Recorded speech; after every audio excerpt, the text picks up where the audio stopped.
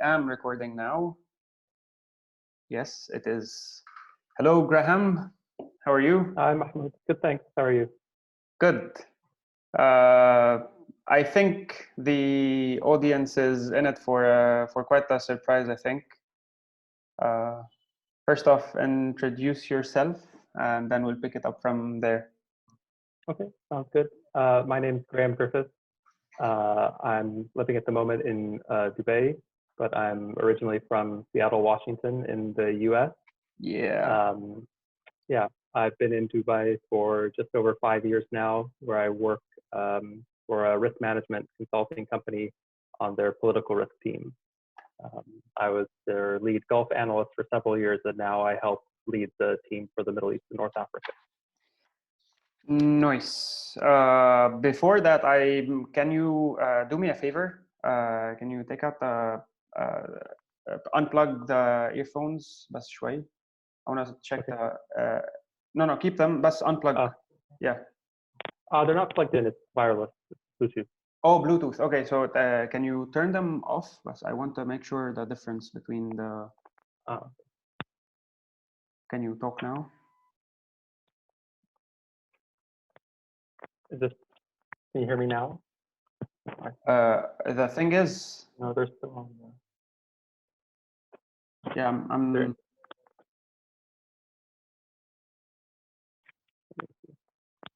I think it's fine. It's just okay. because sometimes because I'm using headphones and then I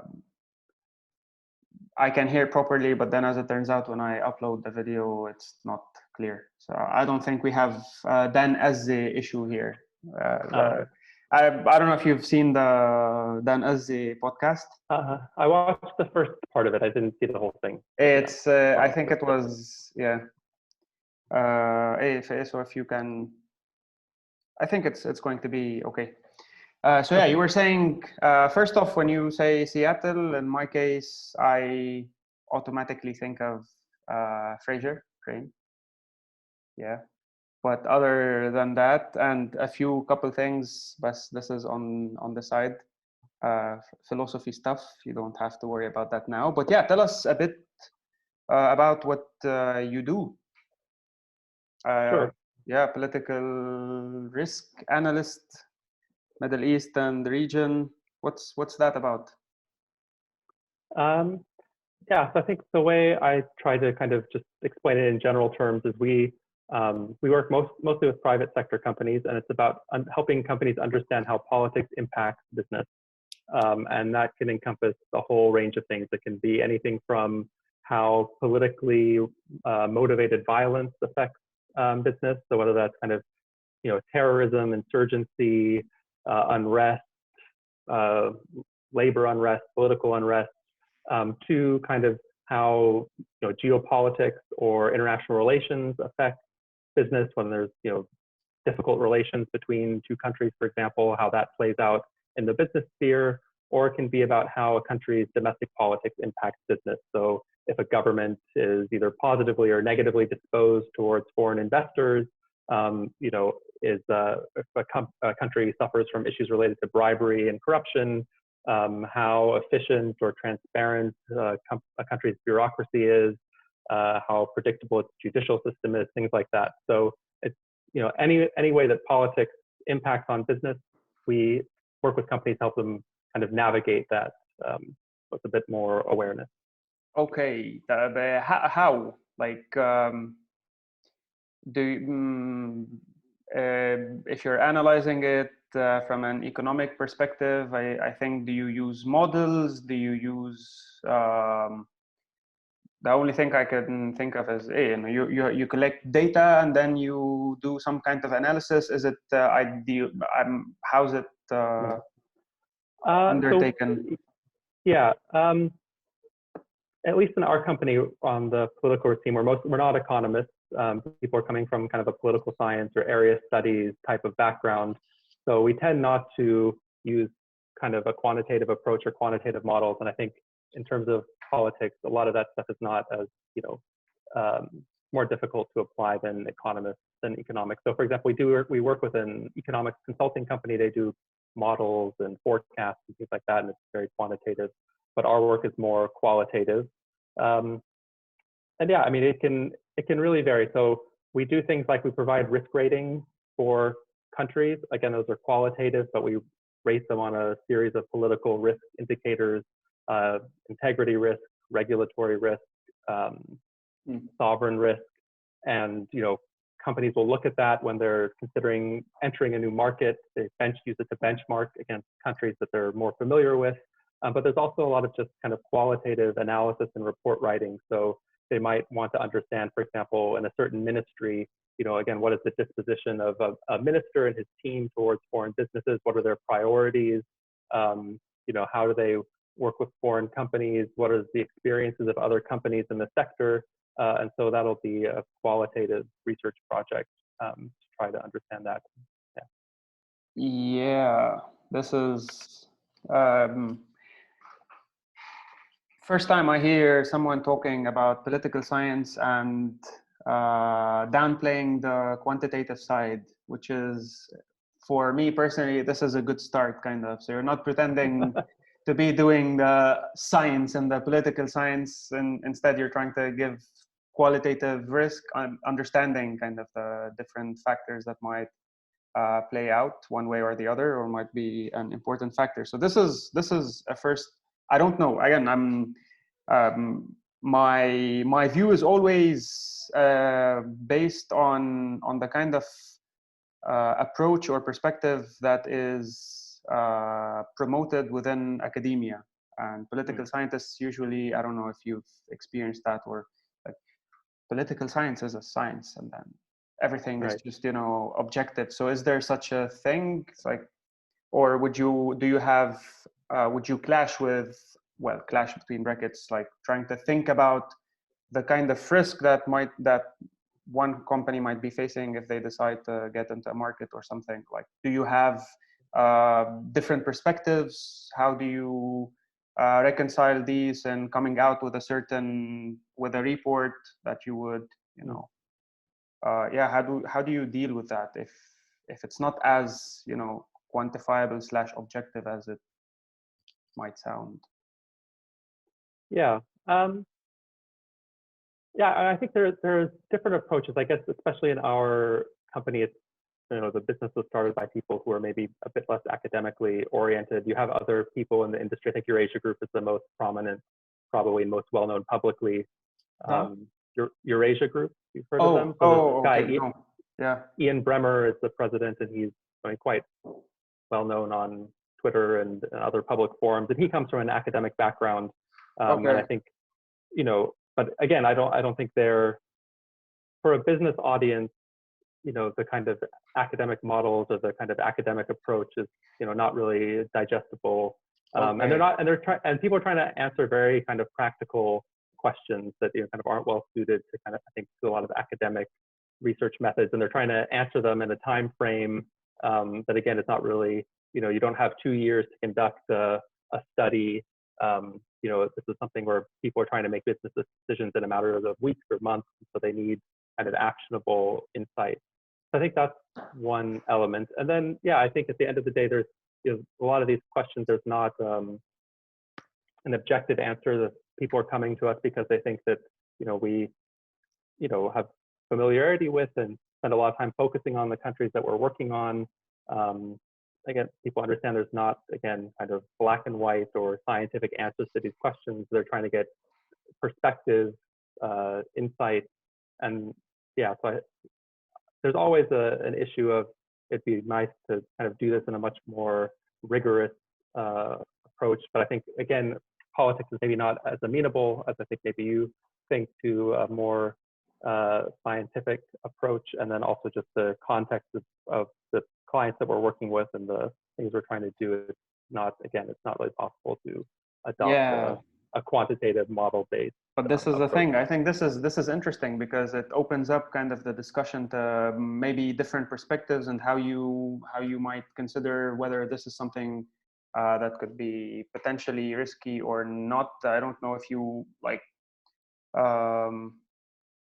is it also, so yeah, there are too many, or there are a few things there. When you talk about something more practical, it's when you're trying to come up with a report, like that's a lot of responsibility, I would presume. So it's, how would you, it's like, are you willing to take the risk, that kind of risk, because we're talking about a lot at stake, I think. And then if it turns out that you've advised someone to get into the market, and then turns out to be, I don't know, something bad happens, it's all on you, kind of, right? Or I don't know. Yeah, I mean, I think that's an area where, again, just the way consultancies generally are set up, and maybe it's not ideal, but we don't necessarily have as much skin in the game as you might. That's why I was going to ask you. Yeah, it's right here. If you look at, we give advice, but we don't. It's not like a fiduciary relationship. We don't take a part of the. It's not. We're not paid on a success basis. Kind of a flat fee charged up front for someone to get our insight.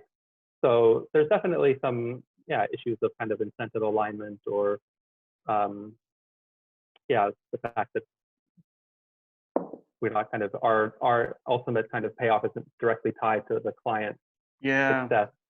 But I mean, there's an element of we write about things like companies will come to us and they're considering sending a team of engineers to somewhere in, let's say, Egypt or even to Libya, and we're writing analysis on the security situation in Libya. It's obviously a very dangerous place potentially, and their companies are making decisions to send people into very risky situations based on some of our recommendations. And we actually do, so the company does more than just the things that I work on. We do security consulting as well. So we'll have people who will we have people on the ground in Libya, for example, or who will go along with a client. That's what I was going to ask you. If you actually, well, so this is kind of, skin in the game. You actually accompany them. You're not telling them, well, there's, it's safe there. You just send your crew there or something. Yeah. So people in our company do operate in kind of dangerous and hostile areas, and that's obviously taken very seriously, because then people's safety is on the line. But sometimes in the report writing, we're a bit more, we're not totally desktop based. We go to the countries that we work on, but we're not necessarily putting ourselves directly on the line. Yeah, and I think you follow me and I follow you back on Twitter. So I think where my questions are coming from when it comes to things related to consultancy. So it's basically a lot of Nassim Taleb there, because forget about it. It's like and I don't want it to come off as I'm questioning the work, but as a consultancy, do you think they're important? Are they that important, or do you think like could people just do away with them without and they wouldn't be as necessary?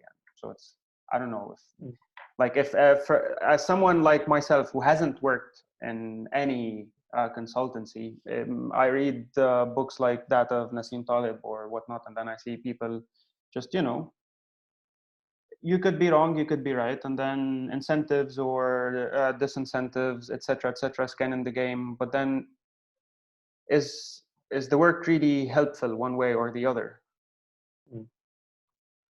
Yeah, I think it can be and it can't be. So there are instances, I think, the kind of classic joke about management consultants is, that whatever they take off your watch and tell you the time, or that you have someone like McKinsey brought in to justify a management decision, maybe regarding layoffs or something that the management already wants to take, but they need it kind of messaged by or affirmed by some outside actor. And, we come across some of that as well. Again, if maybe for compliance or regulatory reasons or internal rules, a company, before they enter a market or send people somewhere, they have to commission a report from an independent expert. Now they might, they're going to make this decision anyway. Maybe they're not even going to read what's in our report, but they have to kind of commission it so that they can tick a box to say, yes, we kind of consulted the expert. Exactly. or later if something goes wrong, they can go back and say, oh, well, the people, it's on them. Yeah, the consultant said it was fine, so we just went along with that. So there's definitely an element of that can happen. I mean, I think that's kind of inescapable. But there's also, I think there's, we have long-standing relationships with many clients who I think they obviously find some value in our work. Like I said, given the range of things that we do, there are places, and times when we literally have, saved clients' lives or, helped their business in a time of crisis. And I think they, they recognize the value in having, that assistance. I've had client interactions where they'll say, we remember when your company did this for us, and as a company, we won't forget that. So I think there are instances when you can really tell that you have helped. And then also I think it's, again, I think there's criticisms that are legitimate of maybe aspects of the business model, or again, how the incentives align. But you also realize that there's also people in business, sometimes they may be good at the specific thing they do, but they have also no idea about the broader context. So we talk to clients who don't have any familiarity, for example, with the Middle East. And so you really do, like, people just, not for any fault of their own, they haven't spent time in the region or worked there, and they just literally know nothing.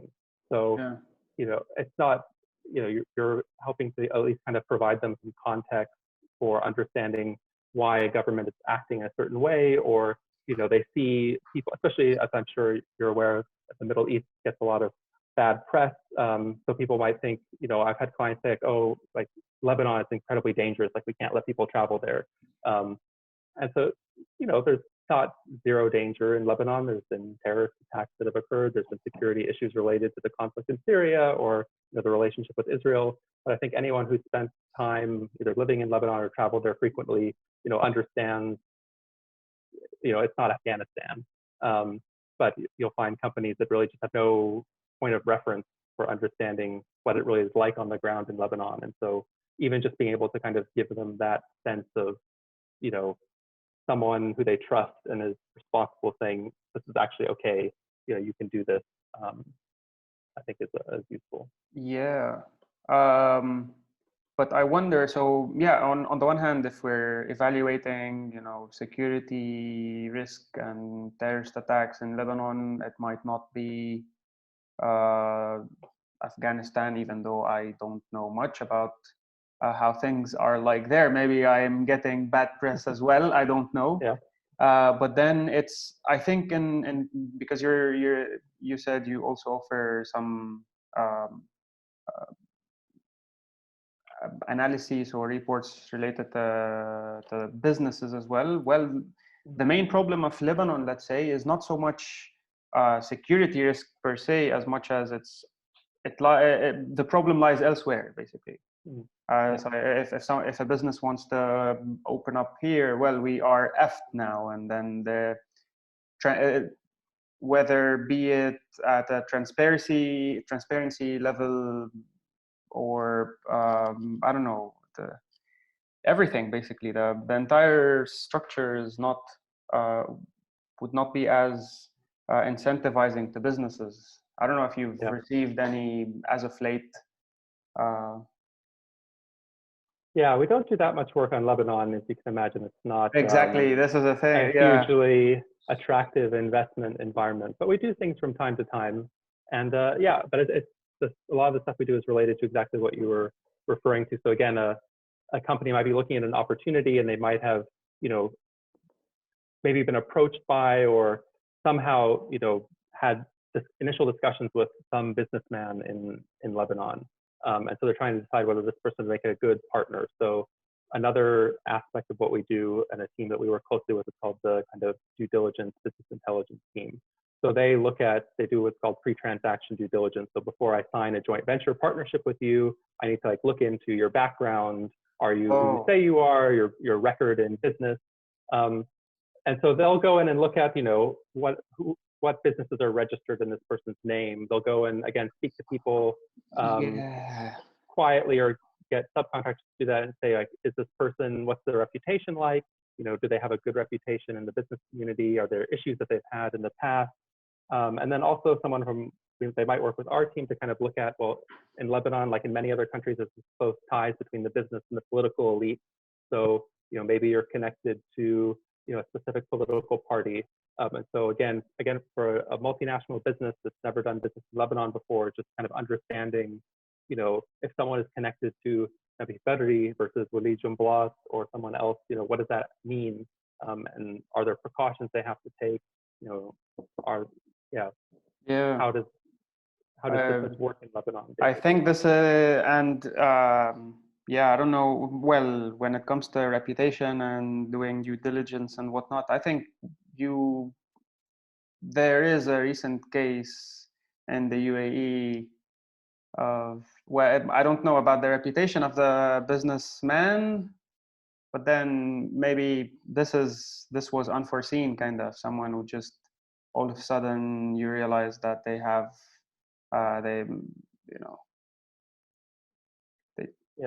a lot of debt. I don't know if you know whom I'm talking about. I'm trying not to mention because maybe I don't want to talk about it or something. But then it's like, it's also problematic because there are too many things that you cannot maybe predict. Sometimes even I'm just wondering if someone's reputation is really good, what would you base your decision to go forward or not on, etc., without you realizing that, well, maybe this guy has a lot of debt that he's not paying or cannot pay or cannot afford to pay, etc.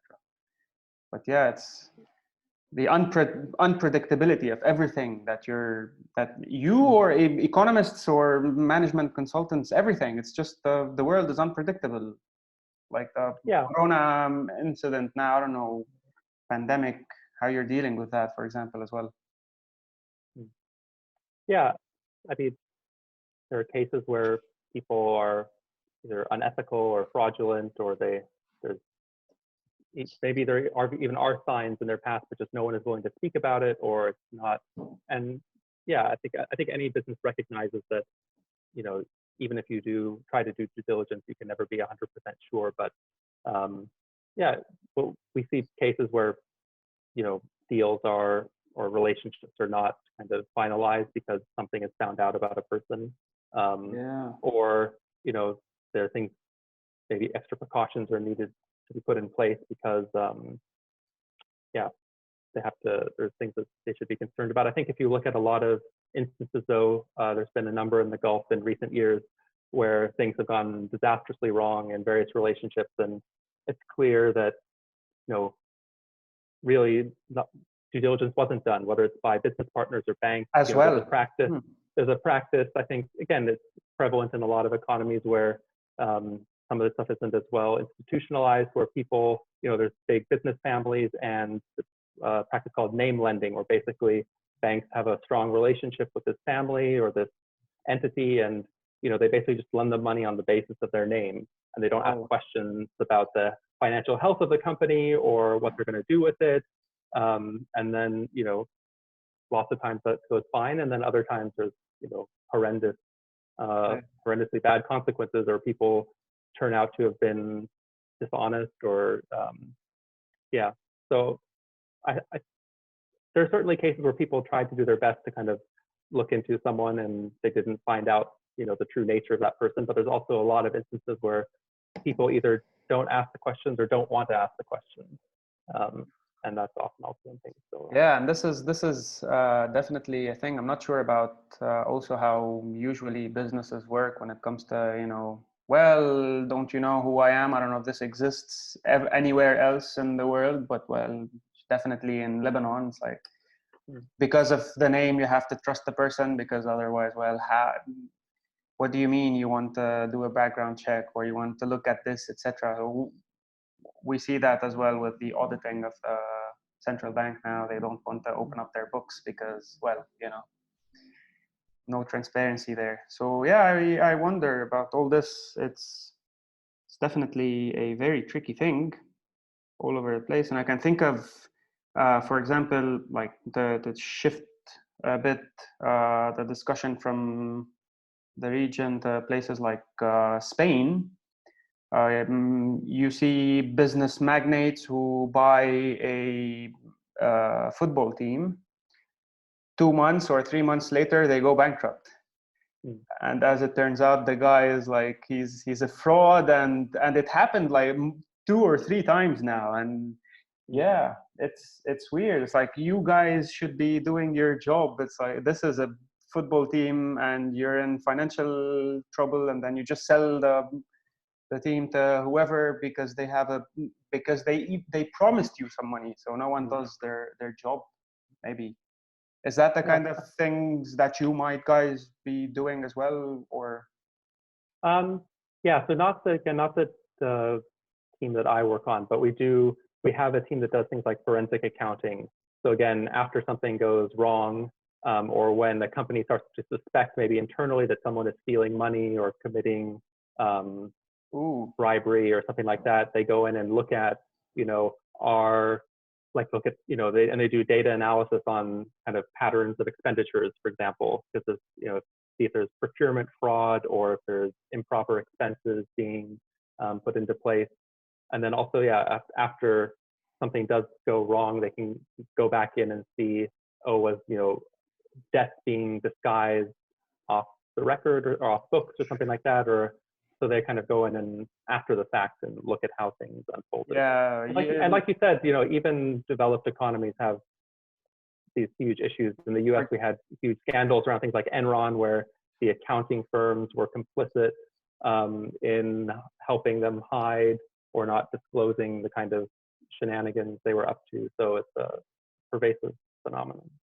I have like 3 examples off the top of my mind now of embezzlement, and then people had to restructure and look where shit had gone wrong, particularly where you are at. And I have a friend who had to deal with all this shit all by himself, because then you come to a point whereby you would think, whom could I trust? I cannot trust anyone now. And then it's very problematic. And then here as well, at academic institutions, but then they don't, they have to maintain the appearance, so they don't go public about it, etc., etc. So yeah, all this is very, very interesting and then very scary at the same time. Yeah. And your background is in, I assume, political science? Business? No, so I did my undergrad in economics and philosophy, and then I did my master's degree in Middle East politics. Economics and philosophy. Quite a combination. Nice. Where? I did my undergraduate degree at the University of Washington in Seattle. Okay. And I did my master's degree at Georgetown in Washington, D.C. Georgetown. Nice. I know some, but that's Seattle University. That's why I told you I have I know someone who teaches film studies and philosophy as well. Jason Worth. I don't know if you've heard about him, but yeah. And what made you? So you've lived in the U.S. all your life? Yeah, most of it. I grew up and went to my university in Seattle. Yeah. Yeah. And Georgetown. So I spent a couple of years in DC before coming out to Dubai. How did that happen? It was a bit serendipitous, I guess. So when I was doing my undergraduate degree, I studied abroad in Cairo. So I spent 6 months at the American University in Cairo. Oh. Okay. And then after I graduated, I spent a year living in Damascus from 2009 to 2010. ومن شان هيك تحكي قضيت سنة بالشام، كنت عم بتعلم عربي وهنيك تعلمت سوري. حلو. Yeah. So after I spent that year in Damascus, I did my master's degree at Georgetown. And then it just so happened I had actually one of my roommates from when I was or housemates when I was in Damascus was working for the company that I worked for in Dubai. And they had an opening and applied for the job and moved out. And well, you've already before I even forget, because you mentioned AUC, so did you take any philosophy courses there? At AUC, yeah. So I was there. I did like the summer kind of term. I did kind of an intensive Arabic class then, and then in the fall I was just a regular exchange student. So I took kind of, since I was studying economics and philosophy, I took mostly economics and philosophy classes at AUC. So I took one philosophy class there. There was a visiting professor from actually the US. So she was visiting from Gettysburg College, I think. And she did a class on American philosophy. So strangely enough, I took a class on American philosophy at AUC. AUC, American philosophy. What did you, what were the assigned readings, or what did you cover? Yeah, I'm trying to remember. It's a bit hazy. We read like John Dewey, and of course, like the pragmatist school. We read some, what's his name? The guy who's at Harvard and then at Princeton, the well-known kind of African-American philosopher. He was very critical of Barack Obama. He's still very critical of Barack Obama. Are we talking about someone who's someone now? we did the He's contemporary. What's he? Yeah. He's the guy who got in a big fight with Larry Summers at Harvard. I think I know whom you're talking about. It's Cornell West. Cornell West. Yes, exactly that. Yeah. So we read some of Cornell West's work. That course is a bit hazy to me. I don't recall too much of what all the unifying themes were, but those are some of the readings I remember. My theory would be it wasn't a very interesting course, so that you cannot remember anything there. It did not leave a mark there. And which I think we might get into this eventually, because it's interesting to see, particularly when it comes to philosophy and all the social justice, things now, as someone who's been on both sides of the world, what you think about all this. We'll get into this. But before that, was it because of your exchange that you got interested in Middle Eastern stuff? Because, and let me tell you where all this is coming from, so to set the background. I am usually very critical of, 80% of 4G. So if it cuts off, and then I can, we'll fix it. I'm very critical of, because you said you did your master's in Middle Eastern studies, right?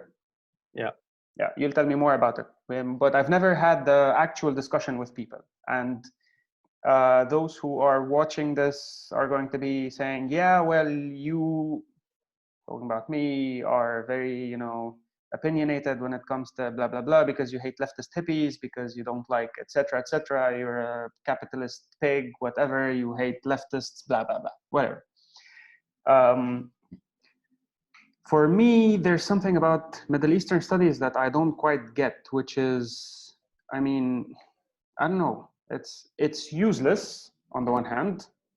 The kinds of things that you guys study, whether in the US, here, or anywhere else in the world, are just limited to a certain perspective that is trying to peddle a view about this part of the world that is not really the case, even including things like, colonialism and Orientalism and all these, so I don't know, tell me more about this. Like, I'm very wary of anyone who tells me I've studied or I'm doing a master in Middle Eastern studies, even more if this person is not from this region.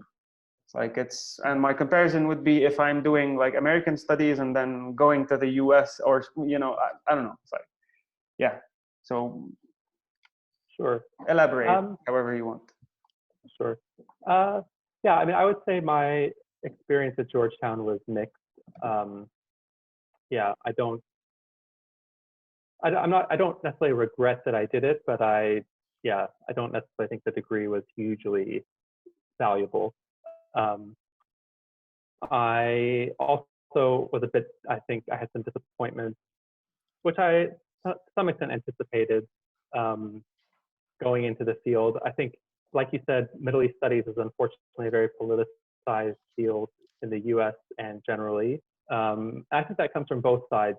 There's a, like you said, kind of a post-colonial critical studies, you know, element of it, especially kind of coming from, you know, the legacy, intellectual legacy of Edward Said, that's very prominent within the field. And then there's the kind of both, I think, pre-Lash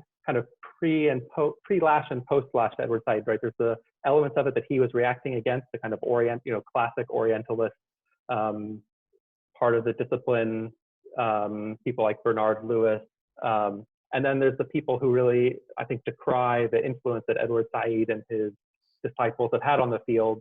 So people like Martin Kramer, if you're familiar with him, who wrote a book, the American-Israeli academic, who wrote a book kind of criticizing the impact of Edward Said on Middle East studies. And I think those critiques can have some merit, but those people are also very politicized. And there's also kind of a very, I think, negative right-wing, kind of politicized area of the field that's kind of hides itself off because they hate the post-colonial critical studies people so much. So from that perspective, it's a very frustrating field because, it is very politicized. I think I also, I don't know how you'll react to this, but I did, like I said, I did my undergrad in philosophy. I was in a very department that was very much in the analytic tradition. And I guess whatever else you want to say about the analytic tradition, I think something that I really valued about it is the focus on kind of clear, rigorous argumentation. So, laying out your argument very explicitly, considering objections to your argument very explicitly, being very clear about your assumptions and the kind of nature of the argument that you're making, trying to avoid unnecessary jargon. There can be a huge amount of jargon still in analytic philosophy, but I think at least trying to aim for precisely defining the terms that you're using, and then using them in a consistent fashion. And so then when I came to Middle East studies, I think the intellectual rigor of the discipline is quite a bit lower. The standards of argumentation are lower. So I think that was, frustrating and disappointing from that perspective of, you'd have discussions in class and the readings, it's kind of, you can't even have an argument about them or discussion about them because it's unclear what the actual thesis is and what the structure of the argument they're trying to make is. People aren't clear about which elements of that argument they're critiquing. So the conversations and debates can be very unproductive in that sense. So I have a lot of criticism of the field. That's part of the reason why I ultimately wasn't really interested in doing a PhD in it. I think for me, I spent it and I used it as a time to read just read about the region, read history, read contemporary studies of politics. I think getting away from the, especially the theoretical side of the field, there's still a lot of good, maybe interesting research that's done. There's still a lot you can learn. So I found it was, at the end of the day, again, like I said, it wasn't an amazing intellectual experience, but I felt like I had 2 years to basically read more. And then it was also partly, it's a credentialing exercise. You get a piece of paper that says that you know something about the Middle East that has, unfortunately, that has value, in the marketplace, signaling value, I guess. So. Of course, if insofar as you're going to be using it for practical ends, this is okay. But then that part of where you said didn't have, or the intellectual rigor of the master's program did not match that of the philosophy one, spoken like a true analytic philosopher because they think they're the best always. I have a lot to say about that, but yeah, well, I do. So the only thing I agree with or I like about analytic philosophy is that it's the fact that they try to be as clear as possible, defining their terms properly. And this is something that Nassim Taleb does. So he insists on, it's something that he criticizes a lot. If you want to talk about something, you need to define the terms that you're using. And I agree with that. But what happens in analytic philosophy afterwards is that it becomes just a matter of coining terms all over the place. And then you have terms that are not that different from what continental philosophy does, or other Middle Eastern studies, etc. fields, humanities fields in general. It's because, you know, you cannot keep up with the terms. It's like there are so many of them, and you know, the qualia and stuff that, I don't know, Daniel Dennett comes up with, and then the Hegelian school of Pittsburgh says they have their own terms, and then, you know, this person and that person. So eventually it's, I think with time it all gets into the same kind of dynamic whereby there's jargon everywhere, and people like, I don't know if you know him, I most probably you have or something, I don't know, Paul Feyerabend, who criticize these kinds of things. They're criticizing not the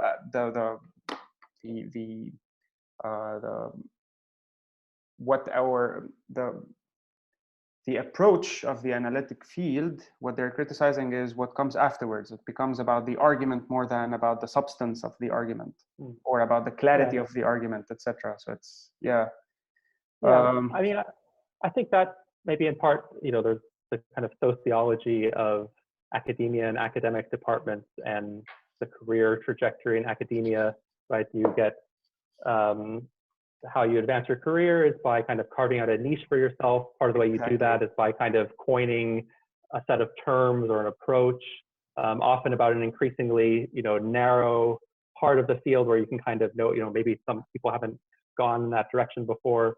So yeah, you get kind of into increasingly esoteric and, you know, hair-splitting debates that are, and I think in philosophy it's particularly not disappointing, but, you know, I think people get into philosophy because they want to kind of, they think they want to examine the big questions of life, which I think there's a bit of, maybe naive romanticism. Is that something that you had in mind or not? When I, I mean, I think, I don't think I had broader ambitions when I started doing philosophy. I took like I thought maybe I'd like it. I took one course and I really liked that professor and that subject, and I kind of just went on from there. But I think, you know, I was never really attracted to parts of the field like metaphysics or even like epistemology, because I just thought they were too, you know, you get, or the philosophy of like of free will. You see a lot of that gets very abstract, and it kind of gets you away from some of those key questions. So I was more interested in political philosophy and ethics. Okay. I mean, even there you get way away from the kind of practical concerns or some of the stuff that motivates you in the beginning when you start diving deeper. But I think it's, at least it stays maybe a little bit closer than something like metaphysics. Yeah, and you were saying something about the romanticism, or of those who want to find like the meaning of life, and they pursue philosophy because they have that in mind. But then, as it turns out, it's nothing of the sort, right? Yeah. Which I think in some ways, like I said, I do, you know, you don't want to kind of lose that sense of wonder. Maybe it's a big question, but also I think there's a bit of, if you want to kind of think about these things in a rigorous, systematic way, you know, it's not going to be like, what's that Robin Williams movie where they're like, you know, where he's like about poetry, you know, that's not Captain, oh, Captain, my Captain. Yeah, all of intellectual life kind of isn't like that either. You kind of have to get into some of the drier details and kind of be very, again, like I said, clear and systematic about how you approach things. And I don't think that's necessarily a bad thing. Yeah, that's I've always wondered about that, because, and I'll come back to, I'll link this to what you're doing now particularly, but then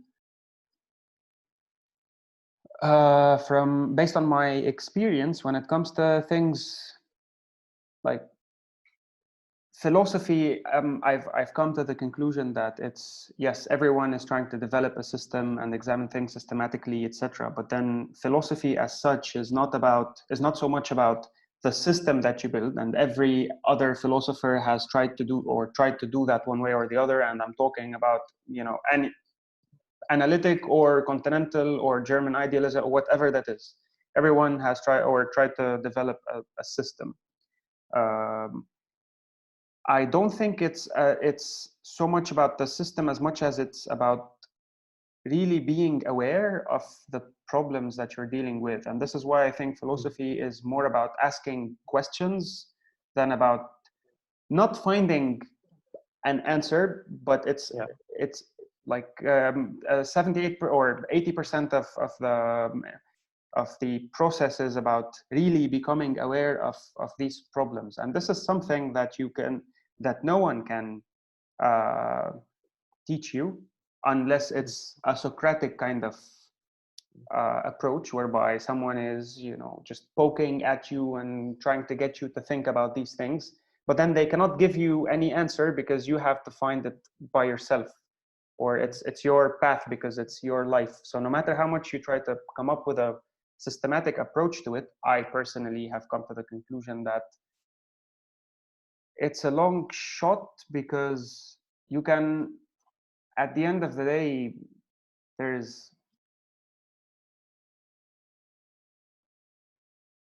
I'm trying to refrain from using the terms, but I mean, there's no universal objective kind of approach to things when it comes to philosophical matters.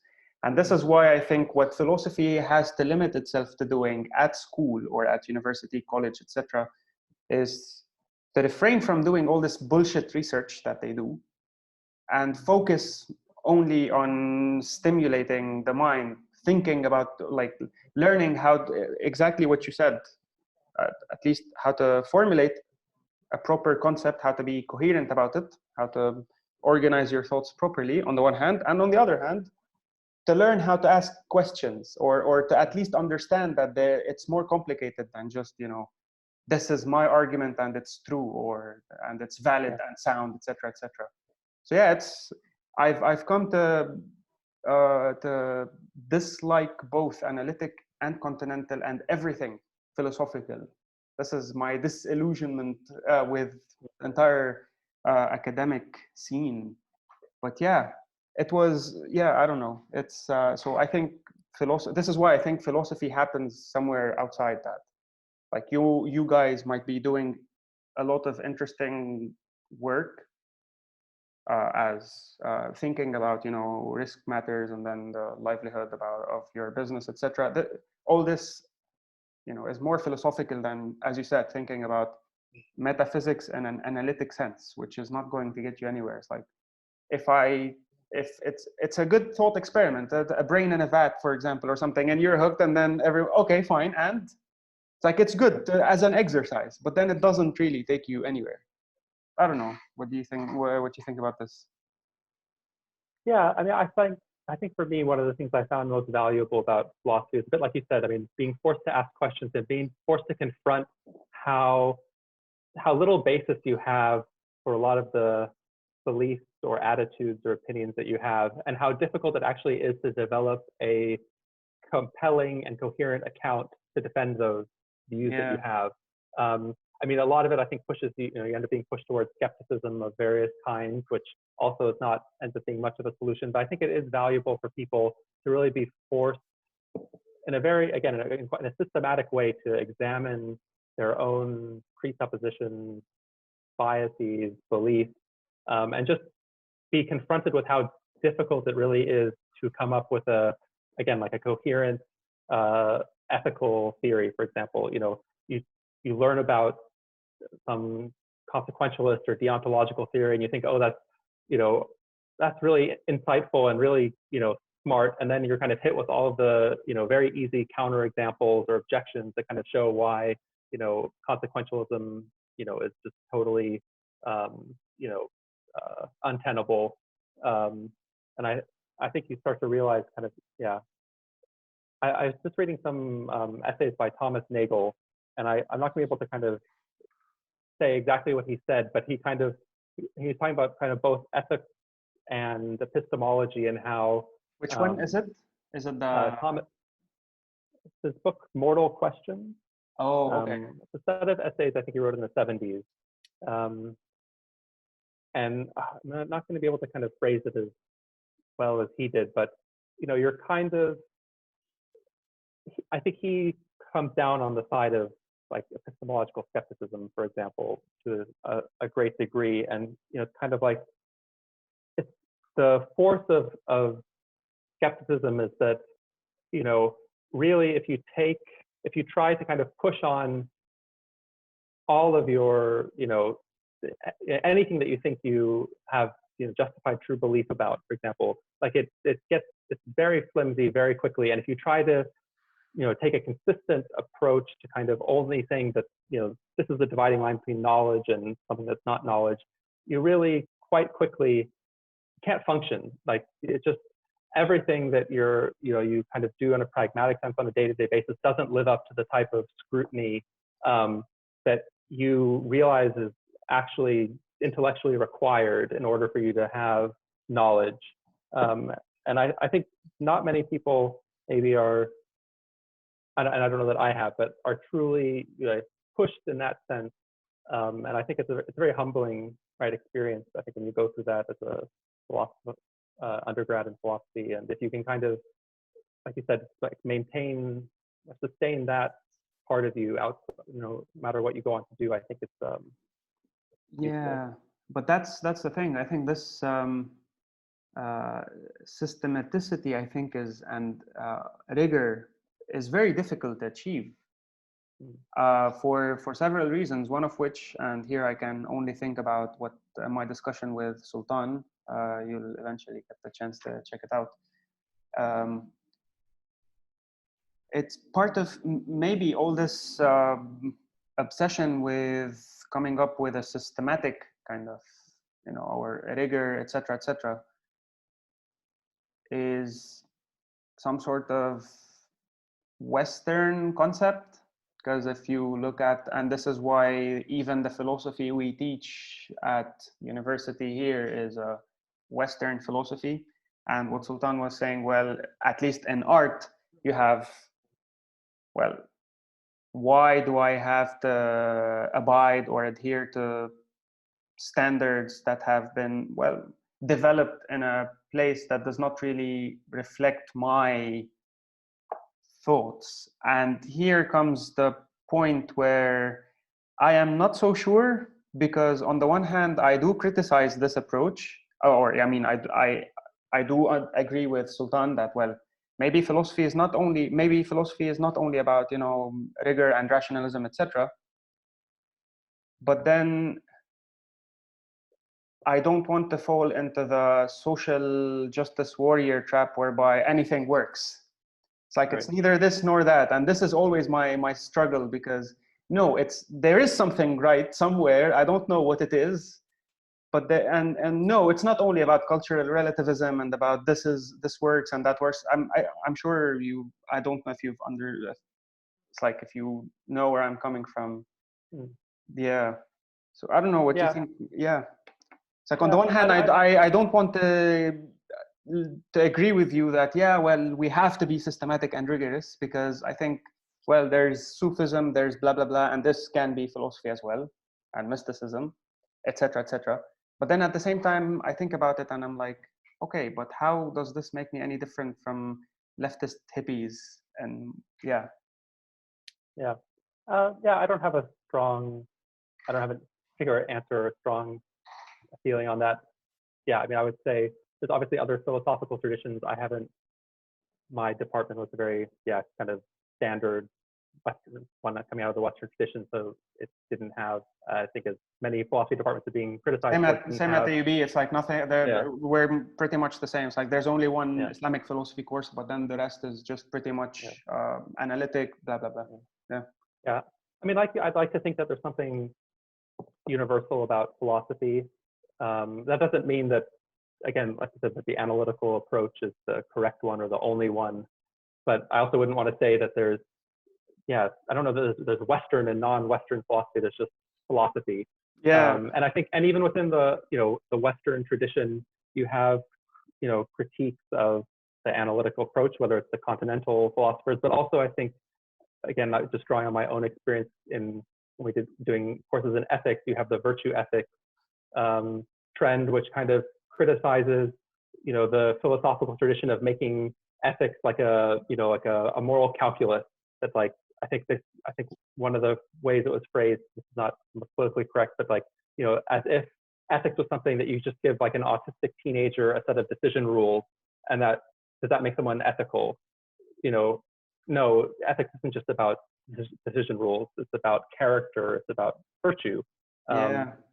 And that's also contained within the Western tradition. So I think there's yeah. I don't think it's necessarily. Yeah, because it's they nowadays they also talk about Africana philosophy and I don't know what, and then they keep on branching out, and everything is it's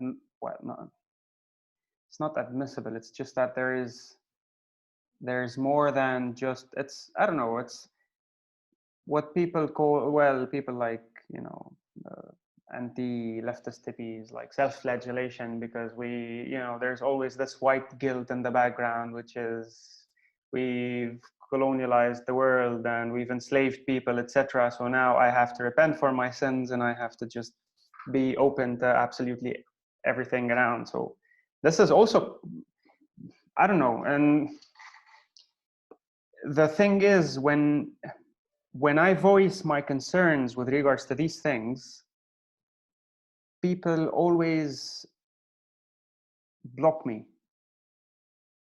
And they tell me, you're just engaging in the same white supremacy kind of thing. And I tell them, hello. It's like,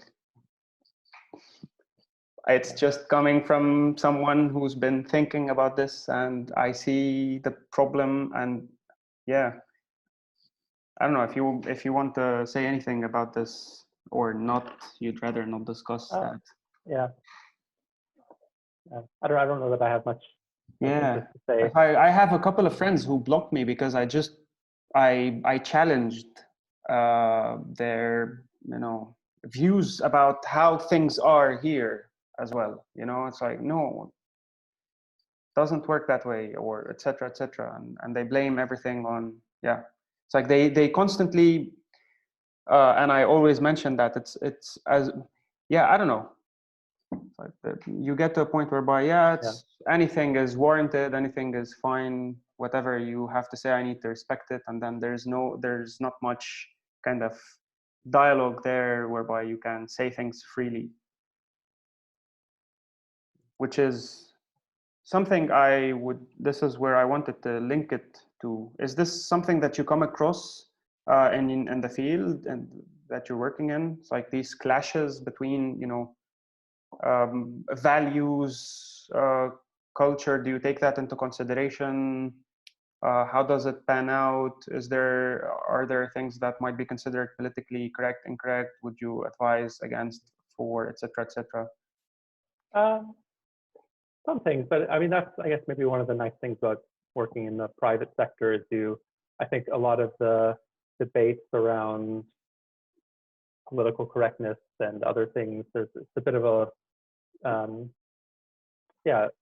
I don't know, it's something that happens in academia and often doesn't happen in the real, I don't want to say the real world, but in the private sector. The real world. It is the real world. No, this is, I'm realizing that. I'm bit by bit, I'm realizing that I'm traumatized, man. I am traumatized. Yeah.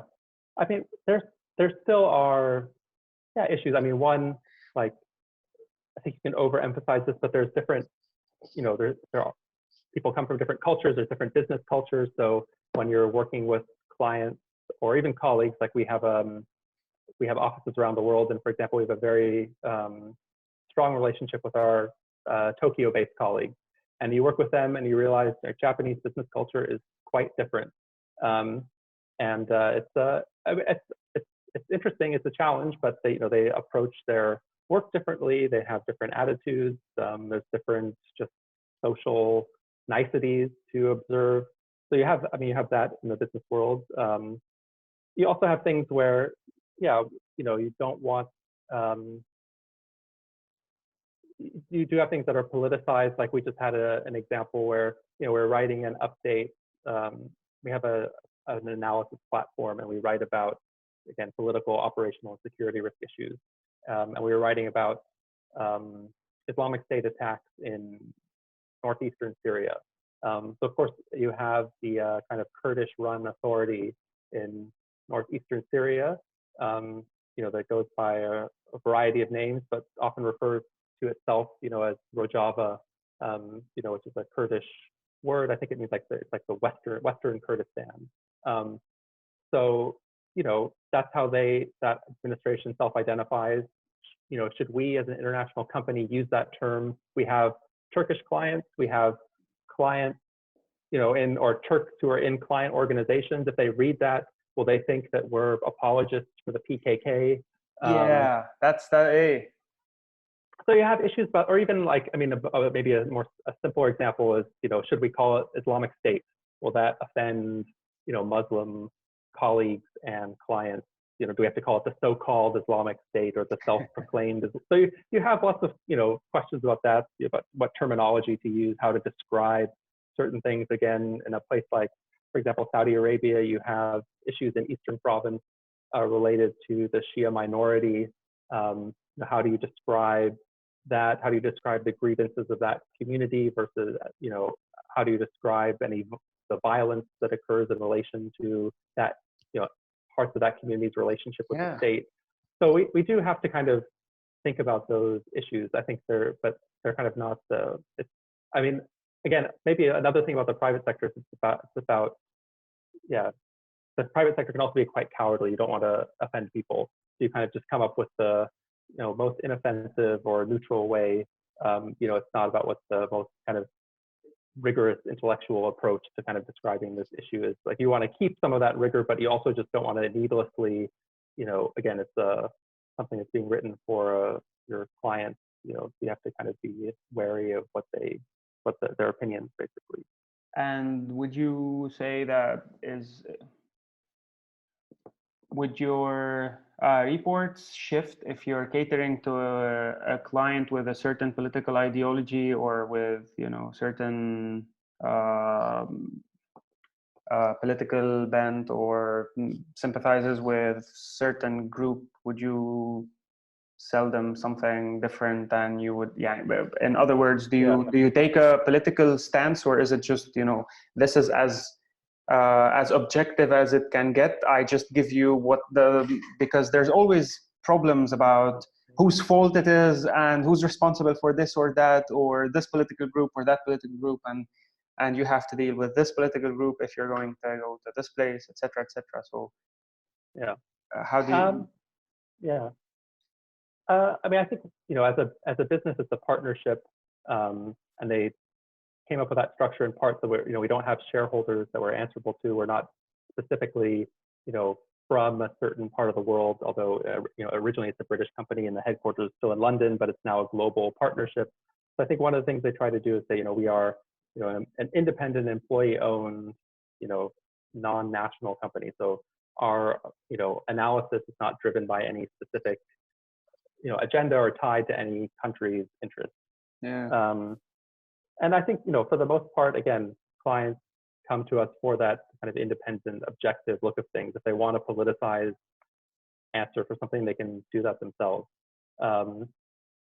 Like I was saying earlier, you do get caught up in some organizational politics in client organizations. Like, someone has commissioned you to write a report because they want to go ahead with this business decision, and they're looking for someone to affirm.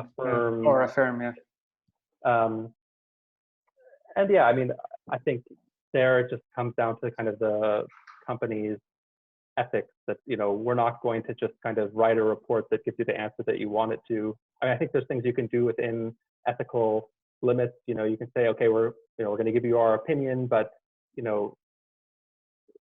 if you want something, we'll work with you to kind of structure it or something so it's, it's helping you achieve your objective, but we're not going to kind of change or distort our analysis in order to kind of give you the answer that you want. Yeah, and a lot of stress on ethics there. What came to mind is how do you familiarize yourselves with the culture of other countries, etc.?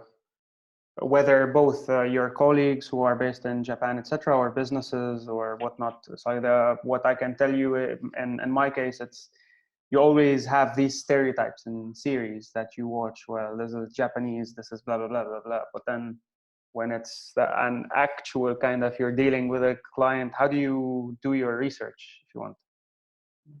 Is it something that is workshop based, or you? So, yeah, I don't know if there's a systematic approach. I think you just kind of learn as you go. I don't know, or that's where, yeah, because like, have you, for example, as someone who's at the end of the day, it's more theoretical as well, right? Even though it might have practical implications, but then or like do you have contact with, or on the ground, do you visit countries, etc.? How do you, because it's so I think, I mean, part of the kind of main part of the job as one of the analysts on the political risk team is that usually you'll have some type of, again, kind of academic background, studying, either be from the region yourself and have studied it, or be from outside of the region, but studied it, have spent time there working and studying. That you kind of develop a range of contacts, business people, journalists, academics, diplomats, government officials, people. So you talk to a wide range of people, gather, perspectives from again a large cross section that you kind of read as widely as possible, and and including in the relevant languages for a specific country. So yeah, I think that's the general. What do you what are the things that you read? For example, if you're saying Arabic, you read a lot of Fusha? Yeah, try to. I mean, I'm sure I don't need to tell you. I mean, unfortunately, the regional media isn't, I guess, best all the time. But yeah, you kind of read the local media, newspapers, and online news sources.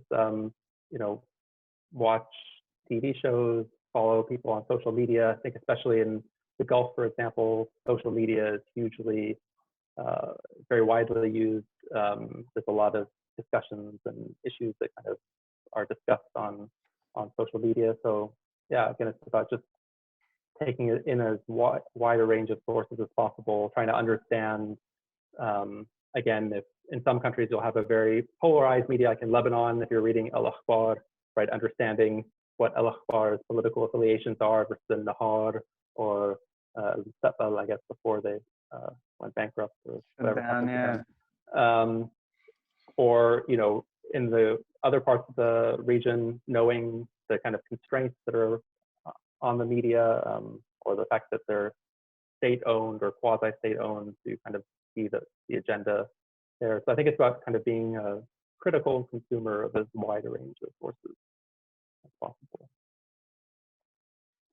Yeah, there's always this discussion about the role also of geopolitics and affecting a certain country, like, for example, Lebanon. So you have always these two different camps, one trying to analyze the data and the numbers, and other people who are saying, yeah, but then the numbers and everything we are facing, the crisis that we are facing now is also the result of geopolitical powers and forces and circumstances.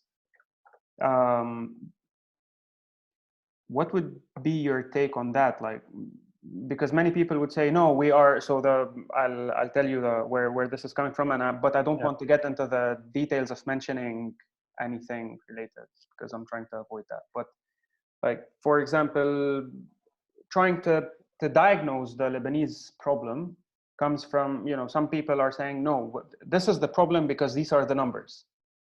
But then they don't want to take it one step further and trying to say, well, it's because of this, or they don't want to point fingers. And then you have other people who are saying, yes, of course, this is the problem, but then this is caused by bigger geopolitical forces. So how do you deal with that? Because if would you take that into consideration? Because many people here, or some people here, do not even want to take that into consideration, or even so much as begin to entertain the idea that there might be something bigger happening, or is it because, so yeah. Where would how would you deal with that, or what would be your take on that? Right. I mean, it depends what your, objective is, or if you're trying to, write some type of history of Lebanon in the modern era, I think it'd be kind of foolish to, ignore the regional political aspect of things. It's obviously had a huge impact. In fact, so if you're trying to come up with some type of broad explanation of why Lebanon is in the current situation that it is, yeah, you probably need to consider both, specific local dynamics and actors, and also the context. If you're, a Lebanese citizen who is trying to, in some way, either just as a normal citizen, or as, someone who's trying to lead a party or form a movement and trying to kind of come up with a way out of this, it might not be, right, you can't solve the relationship with Israel and the influence of Saudi Arabia in the Sunni community, or the kind of historical baggage of the relationship with Syria. You're trying to kind of, find a practical way forward, for a specific platform or policy recommendation, then, maybe focusing on a very narrow frame is, both, more useful and just more realistic, because you're not going to be able to solve some of these big, ideological issues within the country itself, or, influence the behavior of outside or external actors. Yeah, for, someone like me, for example, if we were approached by a client who's kind of trying to say, we are, let's say, looking at a specific business opportunity in Lebanon. I mean, then again, you're depending on what are their concerns, what are they trying to accomplish. You have to look at, okay, maybe you need to look at this broader. I'm trying to think of a more concrete example. Like, yeah, you need to kind of consider the regional context I don't of your want business. name, or this is but it's fine. Yeah, I think it kind of depends what your objective is, what you're trying to accomplish, the context in which you're trying to ask and answer these questions, as to what level of detail and what framing is appropriate. Yeah, because there's always an elephant in the room kind of thing, particularly here. And it doesn't matter which kind of political side you're talking or considering, etc. It's always problematic one way or the other. And I'm pretty sure you also, it's like dealing with politics in the Middle East is not an easy issue as well. So it's very tricky kind of, you're treading very murky waters there, and you have to always be careful. So yeah, and I don't know how things will pan out here. We are literally fucked on all levels, and now even more with the corona situation. Did that affect your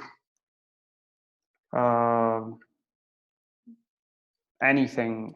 How did this affect your work, your job as a company, or as like a, yeah?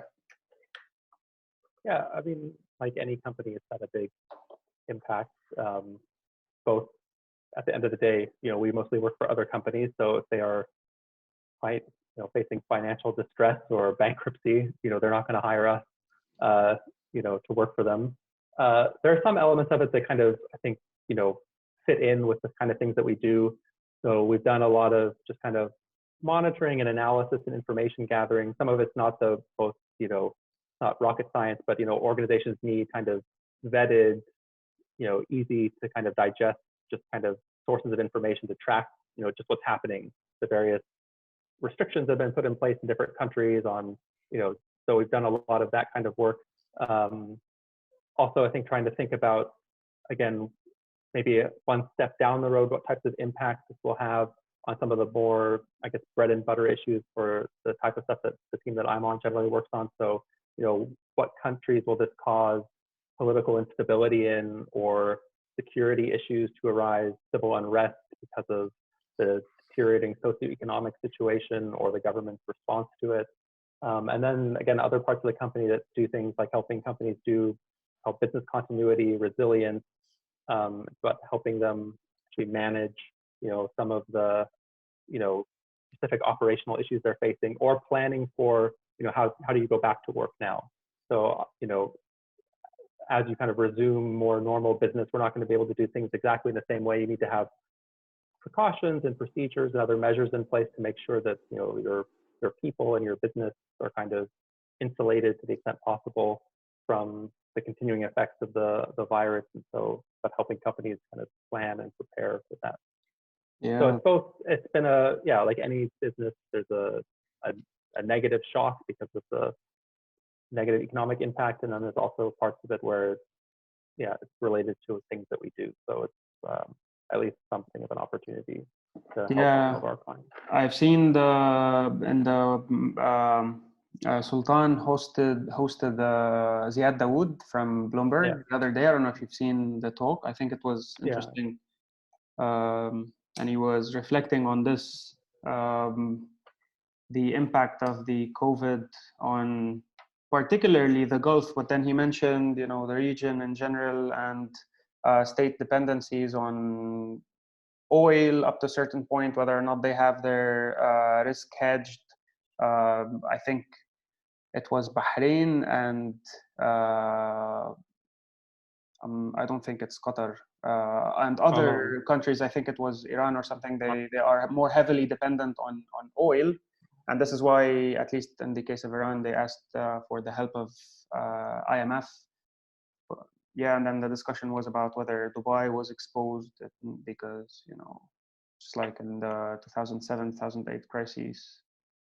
So it's interesting because this time no one knows where we're heading, and you have a background in economics, so I don't know, where have you thought about this? Do you have any, or like your reflections on what has been going on, if you want? What do you think? Not necessarily from a job perspective, etc. It's like, well, what have you thought about in the past? You've had, I think, a lot of time to think and ponder your life choices and decisions staying at home, I presume. How did this affect, well, what have been your thoughts on everything that's been happening? I mean, I think probably a lot of the same things that everyone else is thinking about at especially if you're in kind of a more white collar or professional services position. We can do a lot of our jobs from home, but you're kind of thinking about, how necessary are a lot of the things that we do on a day-to-day basis in terms of meetings and being in the office.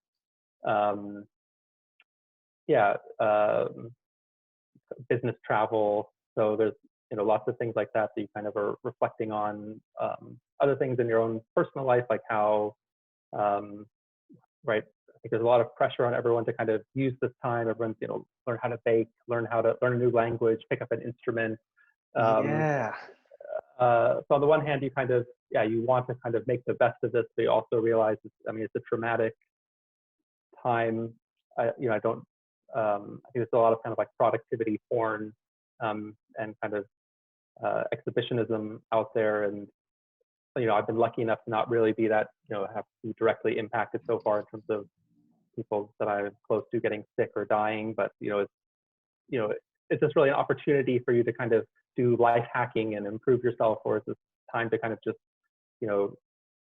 maintain your resilience mentally, physically.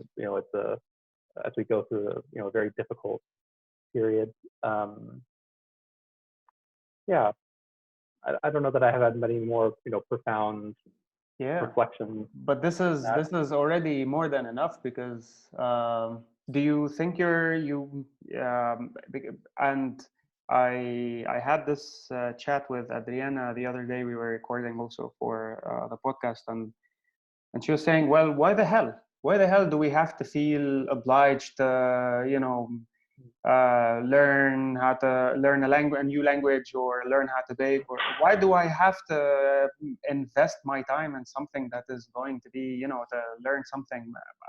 Like, how about I just, because you're adding pressure to yourself, or on yourself, and you're adding stress, and you're already stressed because you don't know what's going to be happening afterwards, and it's just no one knows where we're heading, etc. And then you add more pressure, and then many people today, I haven't gotten the chance to read it either, the article they're talking about the reason why many people are having nightmares nowadays. It's like, I think, well, because I haven't read it, so I don't know what they're saying, but you guys are putting pressure on yourself, and it's just chill. We already are in an unorthodox situation. It's a pandemic. Everyone is freaking out. So yeah, have you had that? Have you been struggling with this kind of pressure to, I don't know, learn? All of a sudden you want to learn the guitar, and you want to learn 2 more languages, and to learn how to bake, etc., etc. Yeah, I guess, I don't know, maybe more out of laziness than anything else. I've thought about 1 or 2 things I could do, and then just haven't really gotten around to it, but then haven't really beat myself up for not, doing it. Yeah, in general, I don't know, I like reading, I don't mind, being by myself. So, I think it has, so far at least, it hasn't been hugely, difficult. I've had, not having to, I don't usually have a hugely long commute, but not having to commute, again, not having to be in the office. I found, I've had a bit more time to, read, because I can't go out to eat. I think I haven't put pressure on myself to like learn new dishes or skills, but you cook for yourself, you can eat, control your diet a bit better. So I think in general I've been adapting fine, and it hasn't had I haven't learned new languages or new skills, but I've also maybe there's been you have a bit more time, and so I've been able to do some of the things that I enjoy or would like to do generally with a bit more ease, because I don't have to deal with the commute and other things. Yeah, and this is not bad. And anything interesting you've been reading that is not maybe related, or maybe it is related to your work or something, besides Thomas Nagel, which, by the way, I do teach. I've taught Nagel The Absurd and Death, or The Absurdity of Life, or something. Yeah. Yes, I just read that. Is that essays in this compilation? Oh yeah, yeah. Let's see. I haven't been reading much related to work outside of work. Been trying to not do that. I guess, like everyone else, I think Stoicism is kind of a faddish at the moment. So I've been like slowly reading Seneca's letters over the last 6 months. Not very original, I guess, but enjoying it for the most part.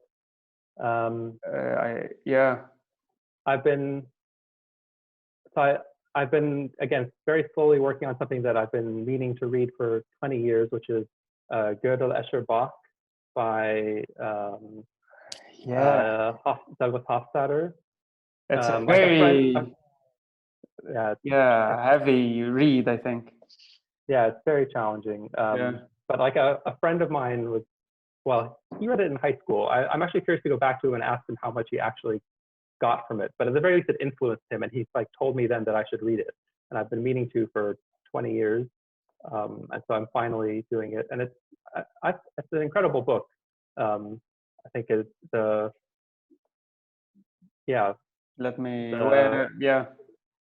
way he's kind of brought in these various themes, so yeah, it's very difficult. Like, he kind of gives you a crash course in, certain elements of like symbolic logic, and I think piano arithmetic and piano, I don't know exactly, but kind of basic number theory and other things, which you haven't been doing that in a while, a long time since my basic logic course. So, but no, I think it's I'm about halfway through, and it's been a very enjoyable. I'm project. checking something out. I don't think it's him or not, because there are too many, or there are many Hofstadters. It's not him. The other one might be different. Yeah. But so yeah, tell me. I don't know if the, because I haven't really.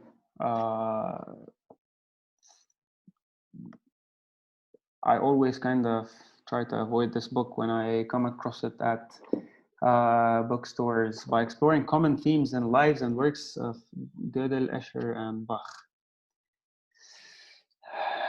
Yeah. First impression is, and cognitive sciences and whatnot, it's the kind of, neuroscience and these kinds of things, or is it what kind of approach does it? I mean, he's his background is in physics, but I think most of his career has been about kind of research into artificial intelligence and intelligence. And I think the book, the book is quite old now. I think it was published originally in the 70s. So I don't know. It's not really at the cutting edge of, I think, artificial intelligence research. But I mean, it was an attempt by him to kind of think through how intelligence might arise in certain forms of complex systems. I guess I haven't reached the end of it, so I don't really know the ultimate status of the argument that he makes. And I don't really know how it's regarded by other people. I don't think it's gotten, I don't know how much traction it's actually gotten, but I've just found so far, like, one, the way the book is put together is very unique. So he kind of, I think he mentions it in the subtitle, like or in some of the descriptions, he kind of goes back and forth between kind of more standard, just, expository text. And then he makes up all these dialogues kind of in a Lewis Carroll-like fashion between these characters that he's invented, but they illustrate, points that are made in the book. And at first you think it's kind of corny, and then you actually realize, like, it's quite, I don't know, I found it quite brilliant, the way he's kind of teased out some of these things, and again, the way he laces in these kind of common themes between Bach's music and M.C. Escher's drawing, and, aspects of number theory and and Gödel's incompleteness theorem. So I think it's one of those books, again, ultimately I don't know how I'll feel about what he's tried to accomplish, or I don't know how other people have kind of judged this attempt, but it's one of those books that does bring you back, I felt like, this a slightly, like, childlike enthusiasm for ideas and intellectual play, and just the kind of weirdness and mystery of consciousness, number theory, music, art. Like, it manages to kind of wrap up all those themes in a really compelling way. So I've really enjoyed it so far. Intellectual play, that's an interesting way to put it, because I've been thinking about this for some time now, because I know someone who actually started, has a startup called Lab Play, and hopefully soon we'll be discussing it. And he's also an academic who's become disillusioned with academia, and et cetera, same story more often than not. Then intellectual play, and I think this is what philosophy, I've been thinking about this, and this is what, not only philosophy, it's like any field needs. It's just, you need to entertain ideas and take risks to just, push the boundaries of whatever it is that you're considering, and then maybe make weird connections, as you were saying, place things together one way or the other. instead of just, I don't know, trying to prove a certain point. So this is something that I have to think about even more. I think this is something that Socrates was constantly doing as well, even though in a different way. But it's just, you know, tinkering with ideas, a la Nassim Taleb as well, and these kinds of things. So I don't know if you read or you like Nassim. Yep. Yeah. I'm a Nassim Taleb fanboy, I guess, to some extent. You are. So how do you feel when he's criticizing, you know, you basically have the entire package. Yeah. you're the embodiment, not only you, I myself as well, you know, it's like we both, but in different in different ways. You're the embodiment of, you know, the policy, blah blah blah, ivory towers, etc., consultants.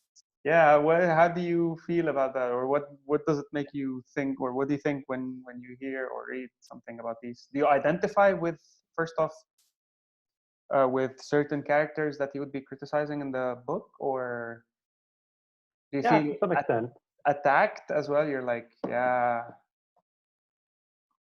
I guess, you know, sometimes you kind of you recognize elements of yourself in things that he criticizes, and but I think so. The thing, you know, there's a lot of people obviously who don't like him, and they either don't like his persona and style, particularly on Twitter. Yep. And I don't know, I've never really interacted with him. I've never met him.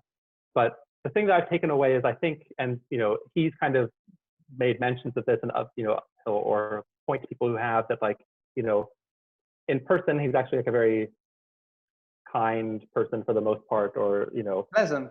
And and I, you know, the Twitter thing is a persona, and there's a reason for it. You can agree with it or disagree with it, or it's a rhetorical strategy. It doesn't bother me. Like, I don't take it personally. I mean, maybe if he attacked me personally, I would see, you know, it'd be harder to maintain that. But I think I can recognize things that he says that are probably valid criticisms of, like, me as a person, and not, you know, not get offended or take it too personally, and just use it as, like, you know, force myself to confront, you know, weaknesses, or, you know, things where I'm not living up to maybe even my own ideals. So I don't know. I find, when I read his books, I found them thought-provoking and entertaining. I agree with and have been, or at least, influenced by a lot of things that he's said. I don't really mind the abrasive, aggressive persona on Twitter. I kind of take it with a grain of salt for what it is. I can understand why he does it. I think it can be effective, even if I wouldn't personally choose to kind of act in that way.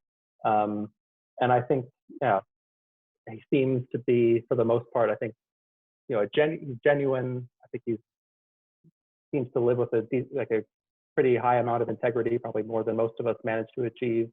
And so I can respect that, even while, uncompromising in that sense. I mean, I think it's worthwhile to take some of his critiques to heart. Sometimes maybe it's difficult, you know, like, to kind of, how many people can live the life that he advocates. You know, when I don't know. Can we? The question is, but this is also when you take this is the problem of maybe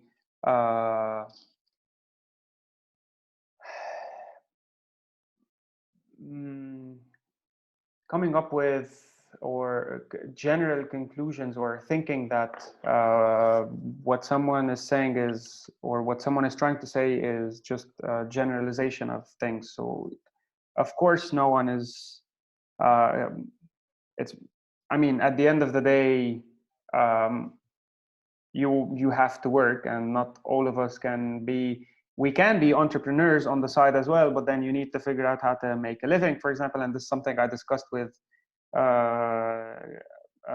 fellow Tweep, Nacho Oliveras. I don't know if you've if you follow him or know who he is. Nacho. No. Yeah, so he's and this is something that we constantly discussed. I mean, of course, ideally this is great. I mean, we all want to do that, but then reality check kind of it's not sometimes not really possible, you know, and you have to do what you have to do in order to make a living. Yeah, but then I think the idea of these writings or the books, it's just no one is saying you have to do this or become that. It's just the critique, and then understanding that this is the case. But then it's fine because you want to make a living.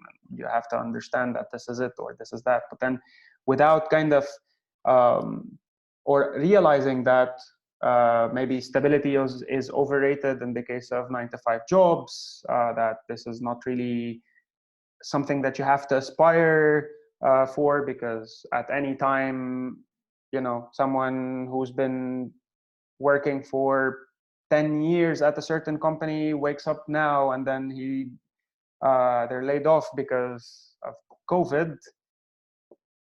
And now what would you do? So it's just, yeah, the idea that you have to constantly, and how I understand it, for example, when it comes to tenureship and at university, etc., you should never take things for granted. This is one, and you should never bullshit your way through. So these are the kind of takeaways from the books. It's like, yeah, of course, you have to be responsible for the things that for your opinions. Yeah, you should never take things for granted, because at any moment in time, shit happens. So yeah, coming from this is also something very important to keep in mind, and even from a philosophical perspective.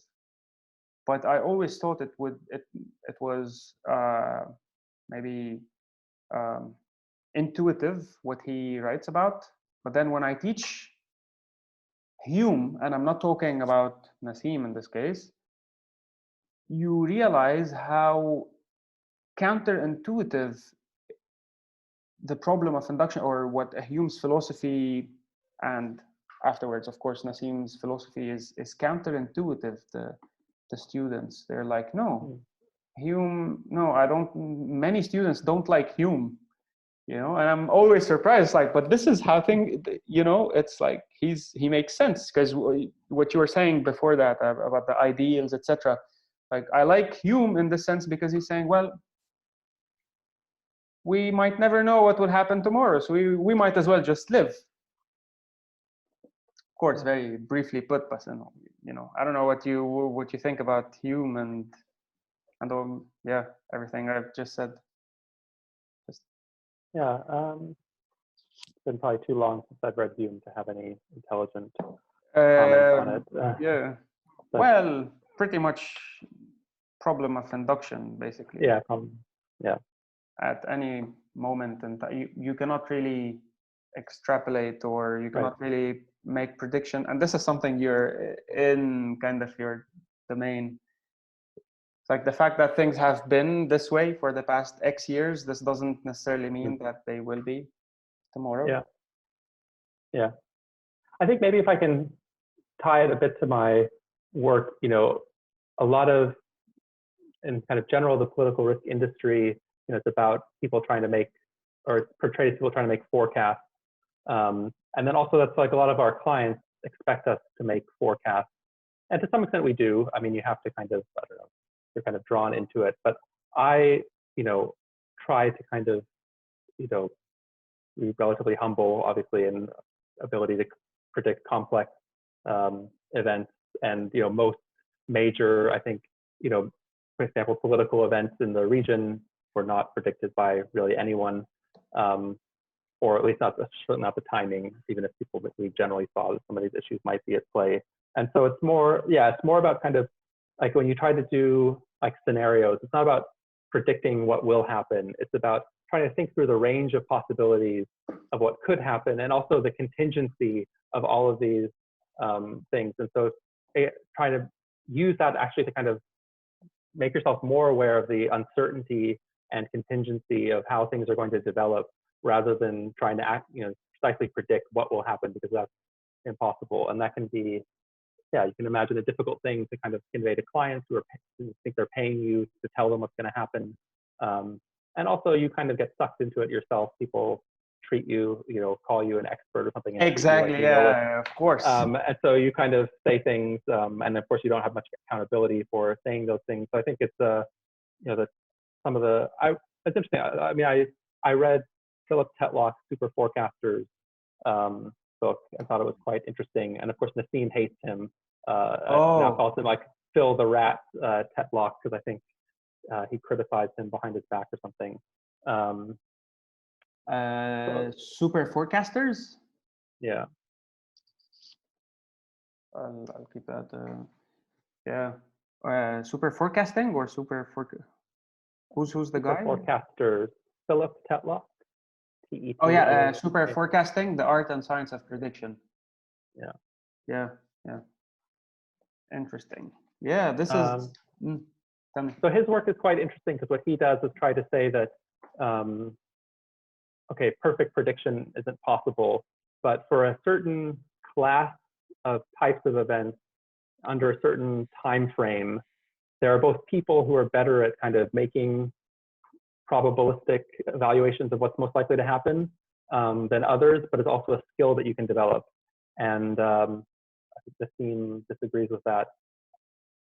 And so this guy has run these, what he calls these forecasting tournaments. I think that some of them have been sponsored by the CIA or the Defense Department. And supposedly has like shown that a subgroup of people are able to kind of, with significantly greater accuracy, decide when they're asked kind of quite discrete questions like who will win this election, will a coup occur in Venezuela in the next year? Yeah. So and then I think part of the difference, again, I think there's a personal element to the disagreement between him and Nassim Taleb. I think they were cordial at one point, and then there's some thing that happened that made Nassim really hate him, like what he thought was like an ethical lapse. But I think that also about philosophical disagreement. Again, I don't know that either of them would endorse this, but someone else kind of put it as, basically, this guy says that a certain class of things can be forecast with some degree of accuracy greater than random by a certain group of people who have cultivated a certain mindset and set of skills for thinking through problems. And Nassim's basic point is, well, all the things that really matter to the course of events don't lie within this domain. So, like maybe you can, the class of events that really matter for how things will unfold in the future do not lie within this small subfield of things that are, that you can predict with some greater than random accuracy. So, whereas this guy would say, we can show that you can do this, Nassim's position would be like, well, it's totally irrelevant because, more or less like black swan events are the things that really change the course of history, and those are inherently kind of unpredictable, and their impacts are much greater than the impact of these kind of discrete incidents that you're trying to predict. Yeah, and this is kind of also related to COVID one way or the other, because I've seen an article that he posted yesterday. I'm trying to look it up here. Yeah, even something like COVID, which he calls a white swan. The idea is that the problem always lies in, as you said, people looking for definite answers, and so they have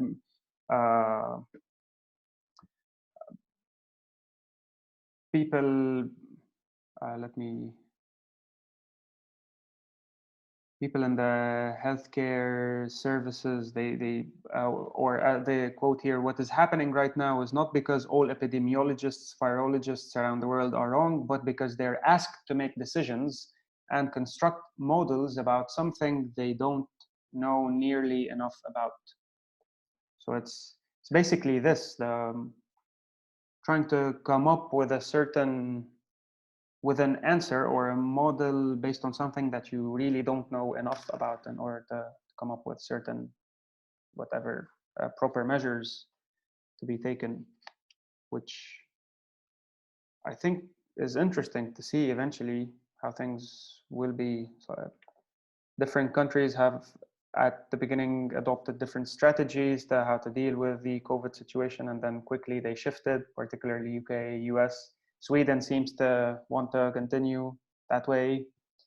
Lax measures, no lockdown, nothing. So yeah, I don't know. I don't know how it is in the US, and if you have how your family has been dealing with that there, or your friends. How has it been? Yeah. Yeah. So my family's in my immediate family's in Seattle, which had one of the first kind of outbreaks. Although they've subsequently, yeah, obviously New York, but other parts of the country have kind of quickly surpassed it as having much more dire circumstances. So, yeah, I mean, they've been under, you know, my parents are retired, but, you know, quite quickly, you know, you have stay-at-home orders issued, so they're mostly staying at home, you know, except to go out to the grocery store, some other things. My sister and her husband are working from home, but you haven't had, yeah, it hasn't been, I think, I'm sure it's had an impact, but you haven't had the kind of, I think New York, you know, it's kind of, everyone knows someone who's died or is sick. It's just the kind of nature of the city. I think it's a much more stressful situation than somewhere like Seattle, where there was this initial outbreak, but subsequently it's been under okay control. And the numbers are scary as well. Yeah, it's been really worldwide confirmed cases over 2 million, deaths 146,000. Yeah, that's, I don't know how we'll, and everyone's talking about flattening the curve. US is at 685,000 cases, total cases, 35,000 deaths. Spain second and Italy third. Yeah, it's really bad. Yeah, we'll see what happens. It's seriously, it's the funny thing is, or the ironic thing is, no one really knows what will happen. It's like, particularly now when it comes to summer courses, for example, students don't even, I mean, it's more likely that it's going to be online, but then students, it's just, no one knows. Is it, are we going to have online classes or not? We'll have to wait and see. And yeah, and today they asked the students, if you. Okay, go ahead.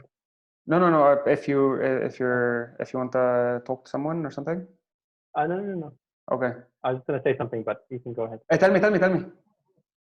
I was just going to respond to your point about the kind of uncertainty. I mean, it's obviously, I don't know, the unique situation we're living through in terms of, I mean, there's been obviously pandemics before, but not really in our living memory, and not at the scale. I guess, you know, people who live in parts of Asia have seen kind of smaller, SARS and some of the other things that have happened have had a bit of experience with this, or in places where you've had like an Ebola outbreak, but it's a very new, strange experience. I think it's also one where, I mean, I think it's probably one of the more dislocating or like profound like events that I've lived through, because I've lived in, fortunately, you know, in a very stable country most of my life, in quite a privileged circumstances. So, you know, I was talking to a Syrian friend who lives in the same building with me the other day, and you know, she was kind of saying like, well, I'm curious to know how you are, because, you know, more or less like you, to this point, your life has gone fine. There've been no real, I mean, you've had personal issues and all that sort of stuff, but nothing really has gone wrong, you know, for you at a major scale, kind of as well. Yeah, whereas like, you know, for her as a Syrian, she's obviously experienced a huge catastrophe in her life, and plenty of other people in different parts of the world, you know, that have been affected by wars or other types of disability have had to, you know, it's different, but they've had to deal with, you know, circumstances much, you know, out of their control that have profoundly affected the courses of their lives. And, you know, for those of us who've been fortunate enough not to have to deal with that, it's quite a new experience.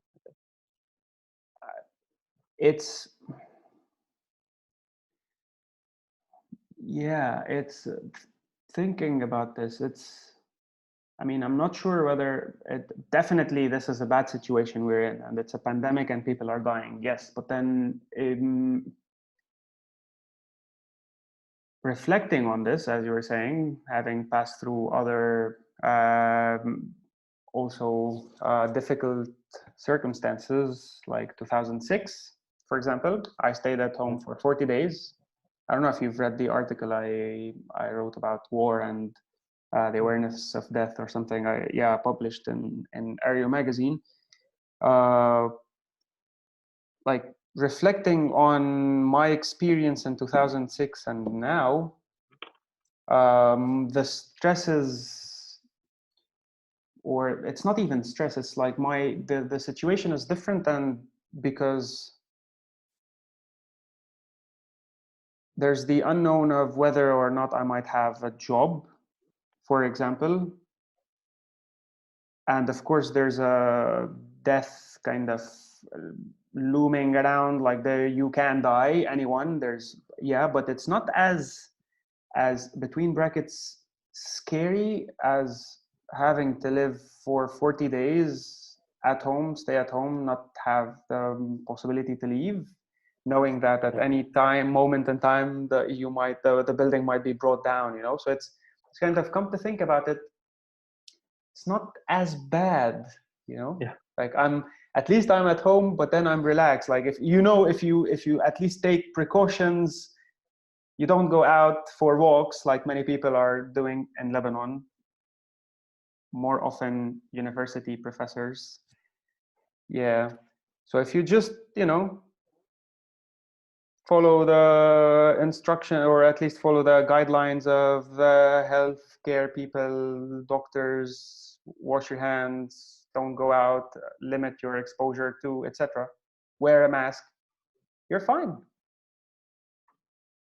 So yeah, it's like the worst thing that could happen. Well, unless someone dies, someone gets infected, etc., then this is like natural. Yeah, up to a certain point, then we get into conspiracy theories. But then, other than that, you might end up with no job. In Lebanon, it's even worse because of the economic situation. But then I'm thinking about it now, comparing experiences, and I'm like, I don't know which is I would go. Yeah, I don't know. I don't want to make kind of weird conclusions here, but yes, I understand where your friend was coming from. So I don't know how you might be. I don't know if you've lived through turmoil, trying times, and the Middle East. I mean, you've gone to Dubai, you've lived in Syria. I don't know how it was. Yeah, I mostly managed to avoid. I was there in 2009, 2010. It was very stable. Then I was in Istanbul at the very end of the Gezi protests. I think that's the closest I've come to being around political turmoil or something. Yeah, political turmoil. Yeah. Yeah. So it's quite different. So yeah, I'm at least my inner awareness is.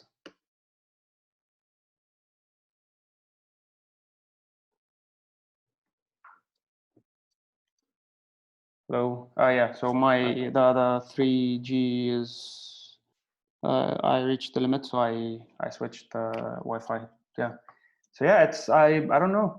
It's something to eventually think about and maybe reflect on. Yeah. Interesting. Come to think about it, because this is the first time I think about this. It's like, where would I rather be, 2006 or, well, no, I'd rather be 2020 with all the economic shitty situation. I don't know, because many people now are saying civil war was better with all its shit and whatnot. At least the economic situation was not as bad as now. Well, I haven't experienced the civil war, so I cannot say in this case. So yeah, I wouldn't understand. Yeah, weird stuff. Are you reading other things? Are you watching other series, movies? Have you checked anything out? Casa de Papel, are you a fan? No. Money Heist. Oh, I haven't watched Money Heist. I did watch the second half of Tiger King. I guess I jumped on that bandwagon. What's that? Oh yeah, so Tiger King's one of the newer Netflix series. It's all the rage about people who own big cats. Oh, I heard it's yeah. Joe Rogan, I mentioned that, and he was telling who was it? He was telling about it. Yeah, and then they drug the tigers, and they do weird shit. Ouch. Yeah. I mean, yeah, I'm not. It was entertaining to some extent and sad. I don't know that I think it deserves all the kind of hype that it's gotten. I'm both negative and positive, but I mean, it shows, one additional very weird side of the U.S. and the U.S. culture. It's just yeah, I'll have strange. to watch it to see. But then, yeah, I mean, I don't know if it's in any way similar to. I forgot what's it called, where they hunt down those who torture cats. Oh, It's like yeah, these I haven't things watched as that. well. It's like, yeah, my students were saying, yeah, you have to watch it. So I don't know. It's like the fascination with these kinds of, yeah, no, I cannot. I'll have to check it out, because he was like, he was telling me you have to check it out. Yeah. And interesting. Any other movies, or are you not a series person? I haven't watched any movies. I don't really have the attention span for movies anymore, I think. Wow. Unfortunately, I also don't have a TV at home, so it's not really. I don't know. I don't really like watching like 2-hour things on my computer or something. But yeah, I watched a decent number of series. I just finished the latest one of Archer that was on Netflix. Been watching The Archer. American. Yeah. Or? On the final season of The American. As well. Yeah. No, I haven't seen The American. Archer, I've stopped, and then have you seen Billions? I think I've seen one episode, but didn't get into it. No? Would be something, or any, yeah, I think it would be, or maybe relevant one way or the other. So yeah, interesting stuff. Do you watch any kind of, or is there any series that that has to do, or that is in any way mirroring what you do, your job, etc.? Is there where they do? No, I don't think so. No. Political risk isn't really like a sexy profession that gets portrayed in series like Suits or something like that. Yeah, it's not, right? Yeah, it's always kind of economic side of everything. But then you have, or this comes afterwards, the movies that deal with political turmoil afterwards. Like, for example, I know a couple of movies from the 80s that dealt with the scene in Latin America and the different coups there, here and there, etc. So yeah, and that's interesting, because you ultimately, as I was saying, politics is very weird. I don't know. This is why I'm very skeptical of everything when it comes to politics and trying to understand what happens, because you have a lot of, well, but maybe there's more to it, intelligence, and then the CIA is involved, and then I don't know what is involved, and then it's a Russian conspiracy, and then it's a Chinese conspiracy. It's like, yeah, it's a difficult field, or the claim to understand what is happening and to really evaluate things accordingly. So I decided to suspend judgment and not think about these things. But yeah,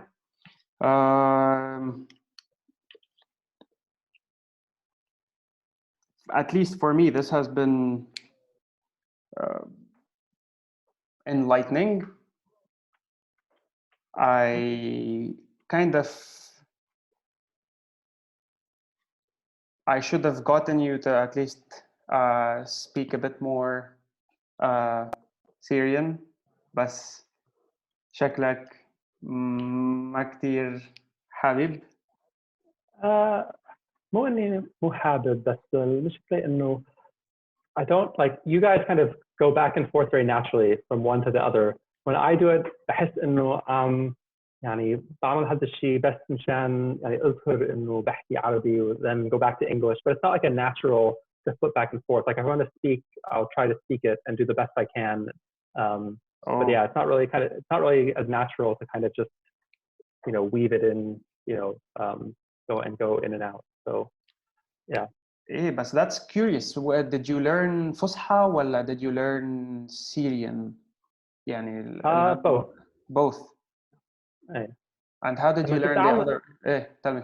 لما تتعلم عربي يعني شخص أجنبي، يعني تتعلم فصحى قبل أي لغة محكية، لأنه فصحى تعتبر الأساس، وكمان إنه ما في ستاندرد للهجات.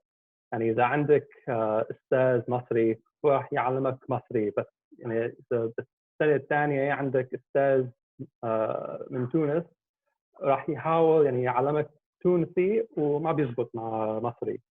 So there's difficulty in kind of the approach to how to teach. So people learn فصحى قبل، وبعدين لما سافرت على سوريا تعلمت سوريا هني حتى يعني أحكي مع الناس وتعلم يعني لهجة واحدة على العليلة وهيك. يعني أكيد إنه في لهجات يعني مفيدة أكثر من يعني لهجات ثانية. مثلا إذا تتعلم دارجة يعني اللغة المحكية بالمغرب، يعني ما راح يفهم عليك شخص من سوريا أو من العراق أو من الخليج، بينما سوري، لبناني، مصري يعني بينفهموا يعني بكل أنحاء العالم الناطق باللغة العربية. Yeah, man, you're more fluent in Syrian than I am in Lebanese. I have to sit down and think about the words I have to choose or the concepts because this is and it's curious to me لأنه when it comes يعني لما تيجي على ال difference بين اللهجة بين أو أنا بالنسبة لي it's more of a language بس it's as someone who's studying the language, it's very curious. You sometimes come across people who speak to you in Fusha, and I'm like, dude, no one speaks that anymore. It's like, no. This is really, this is not bad. It's like, this is excellent, kind of. What's funny is you went to Syria in 2009 وات ستك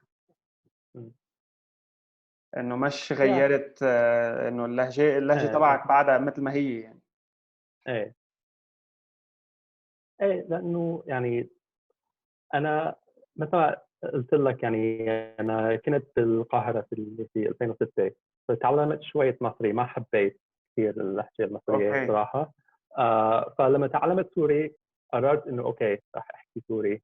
هلا يعني اذا ممكن فيني يغير لهجه ثانيه. يعني تعلمت شويه سعودي وخليجي بشكل عام، يعني كوني انا عايش بالخليج، بس صعب لما تبلش بلهجه تغير لهجه ثانيه. فانا بفهم هلا يعني خليجي يعني بشكل منيح، بس اذا حاولت احكي بخليجي يعني بحس حالي يعني بحس غريب شوي، يعني كاني عم يعني اذا نفس الشيء بالانجليزي، اذا حاولت احكي بلكنه ايرلنديه مثلا كيف فيني، بس يعني مو بشكل مضبوط وراح حاسس حالي يعني غريب. Interesting. I like Syrian as well. No, not bad. This is very interesting indeed. And it's curious انه دليت سنة هنيك and then you've picked it up. وبعدك منها you work on a daily basis and you live there, so I think this helped eventually in Dubai. Yeah. Hey, this has been very interesting, man. Thank you very much. Likewise. Oh, thank you. Hey, I hope I wasn't annoying when it comes to questions about political consultancies. No, Political not at all. risk. Yeah. And I don't know if you have anything else to say, maybe, I don't know. No, I think To that wrap it covered a up. lot of ground. I should probably get going in any case. So Yeah. happy to leave it there for now. Hey, we'll stay in touch. Perfect. Sounds good. And hopefully once maybe travel restrictions are lifted, maybe meet in person in Lebanon or elsewhere. Definitely, and discuss more philosophy in depth as well, and other things. Thank you, man, and see you. Thank you. Ciao. Sounds good. Take care. Bye. Bye-bye.